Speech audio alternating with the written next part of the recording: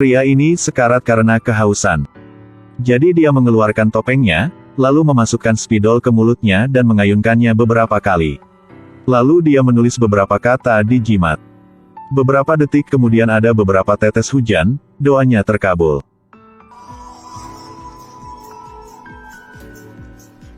Jika kamu melakukan itu, kamu tidak menghormati Buddha. Biksu menemukan bahwa Wu Zishan tepat di depannya.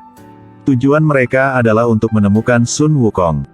500 tahun yang lalu, dia menyebabkan kekacauan di surga, mengalahkan jenderal surgawi yang compang camping.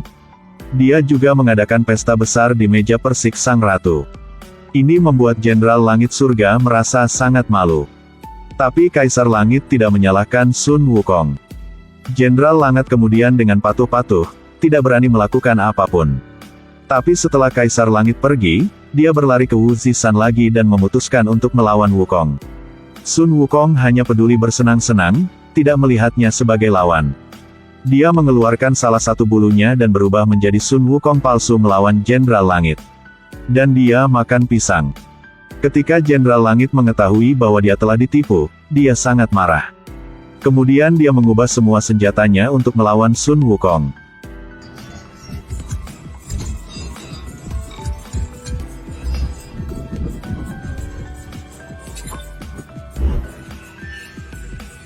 Setelah itu, dia meminta untuk tidak menggunakan senjata dan sihir untuk bertarung, itu wajar.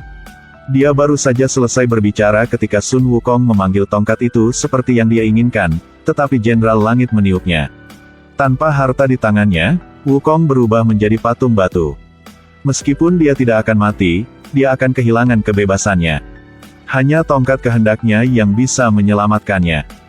500 tahun kemudian, tongkat itu ada di tangan seorang pria Amerika.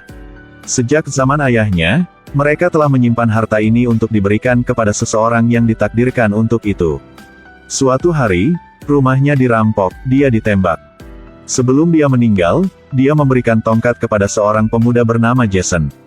Dia sangat bersemangat tentang kungfu Cina. Dia mengambil tongkat dan berlari ke atap, tetapi tidak ada jalan kembali. Dia mencengkeram tongkat di tangannya, tiba-tiba tongkat itu mendorongnya turun dari atap.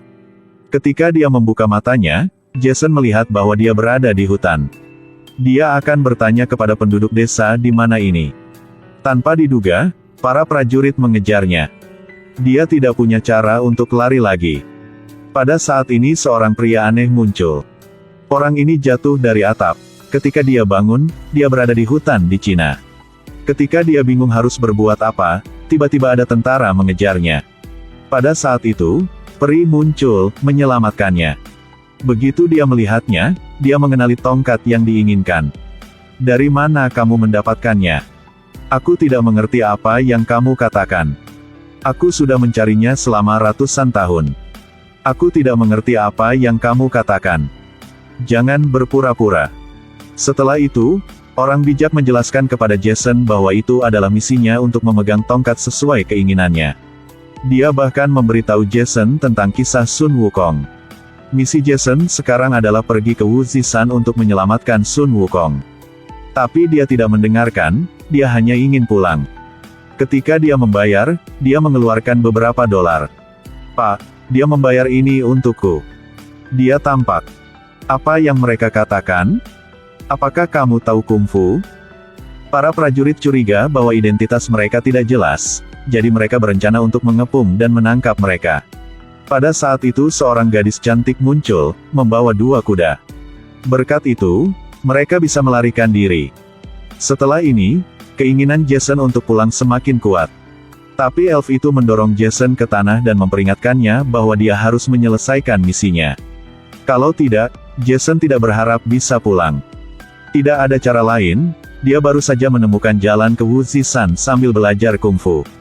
Satu hari, dia bangun dari hutan dan tidak menemukan siapapun. Tiba-tiba seorang biksu menatapnya. Dia takut melarikan diri. Tanpa diduga, biksu itu mengejar dan mengambil tongkat yang diinginkannya. Ketika Sage dan gadis itu kembali, mereka mengetahuinya, khawatir menemukan beku itu. Mereka mengikuti jalan setapak, ke kuil. Peri masuk, dan seperti yang diharapkan, biksu ada di sini. Dua orang mulai berkelahi. Harus diakui, para master seni bela diri top Tiongkok yang bertarung satu sama lain sangat menarik perhatian. Sementara itu, tongkat itu terbang kembali ke Jason. Biksu adalah orang yang mendukung orang yang ditakdirkan dengan tongkat yang diinginkan. Ketika dia mengetahui bahwa Jason adalah orang yang dicari oleh biksu, dia sangat terkejut. Meskipun dia bukan orang Cina, dia dipilih oleh tongkat. Jenderal Langit sangat marah setelah mengetahui bahwa tongkat pilihannya muncul. Dia menyuruh bawahannya penyihir berambut putih untuk menghentikan mereka. Ada orang yang minum alkohol. Seorang biksu dan seorang anak laki-laki. Aku tidak tahu siapa kamu. Penyihir berambut putih mengalahkannya hanya dengan satu gerakan. Laki-laki di dunia semuanya bajingan. Setelah beberapa hari berjalan di padang pasir, mereka akhirnya menemukan pegunungan marmer. Adapun Jason, karena dia sedang mempersiapkan pertempuran, dia berlatih sangat keras. Ketika mereka bersenang-senang, penyihir berambut putih muncul. Demi menyelamatkan putrinya, ibu ini menjatuhkan putrinya ke dalam sumur, lalu dia dibunuh. Dia sangat takut dan mencintai ibunya tetapi tidak berdaya. Setelah dewasa, dia memutuskan untuk membalas dendam, dia melatih senjata rahasianya dengan jepit rambut. Ketika mereka melintasi gurun, mereka bertemu dengan seorang penyihir berambut putih. Kedua belah pihak bertarung dengan sengit. Ketika pihak lain tidak memperhatikan, mereka melompat ke atas kuda mereka dan melarikan diri. Tapi penyihir berambut putih menembak mereka dengan busur dan anak panah. Peri itu terkena panah beracun, jadi mereka membawanya ke kuil. Setelah memeriksa biksu, dia berkata bahwa luka peri perlu diobati dengan air peri. Hanya di surga yang bisa ada air seperti ini. Malam itu, Jason berkuda ke pegunungan marmer. Dia ingin menggunakan tongkat pengabul keinginannya sebagai ganti air peri untuk menyelamatkan peri. Jenderal Langit tentu saja setuju, tapi dia punya satu syarat. Jason harus mengalahkan penyihir berambut putih. Meskipun dia berlatih keras, keterampilan seni bela dirinya juga meningkat, tetapi Jason bukan tandingan hantu. Hanya beberapa menit kemudian, Jason dipukuli sampai mati. Tongkat pengabul keinginan ada di tangan Marshall. Pada saat itu, gadis dan biksu muncul. Yang satu mengambil air peri, yang lain mengambil tongkat sesuai keinginannya. Tapi Marshall membuka labu api, berniat untuk melemparkan tongkat ke dalam. Biksu itu melompat turun dan melemparkan dirinya dari labu api. Dia ditendang oleh seorang Marshall. Tim biksu juga melangkah maju untuk membantu. Mereka berhasil mendapatkan air elf tepat waktu dan menyelamatkan para elf. Ayo kehabisan kacamata. Saat ini, biksu itu bertarung dengan Marshall dan terluka parah. Dia melemparkan tongkatnya ke Jason. Jason melompat, memecahkan patung batu. Cahaya terangnya terpancar, semua orang terlempar keluar. Sun Wukong telah terbangun dari tidurnya selama 500 tahun. Duel Marshall dengan Sun Wukong. Tanpa diduga, setelah 500 tahun, Jenderal Langit masih tidak melawan Sun Wukong.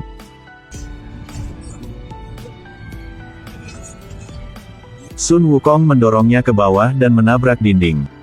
Gadis itu melemparkan senjata rahasia ke Jenderal Langit, ingin membalas dendam dengan tangannya sendiri. Tetapi kekuatannya tidak cukup, sebaliknya, dia terluka. Peri dan penyihir bertarung. Peri juga tidak tahu bagaimana mengalah pada wanita, mendorongnya ke bawah tebing. Sun Wukong bosan bermain, memberikan pukulan terakhir, mendorong Marshall ke arah Jason. Jason menusukkan pisau ke jantungnya. Kemudian Marshall meninggal. Ketika Kaisar mendengar tentang berita ini, dia muncul, tetapi dia tidak menyalahkan semua orang, itu adalah kesalahan Marshall itu sendiri. Dia menggunakan sihir untuk membawa Jason kembali.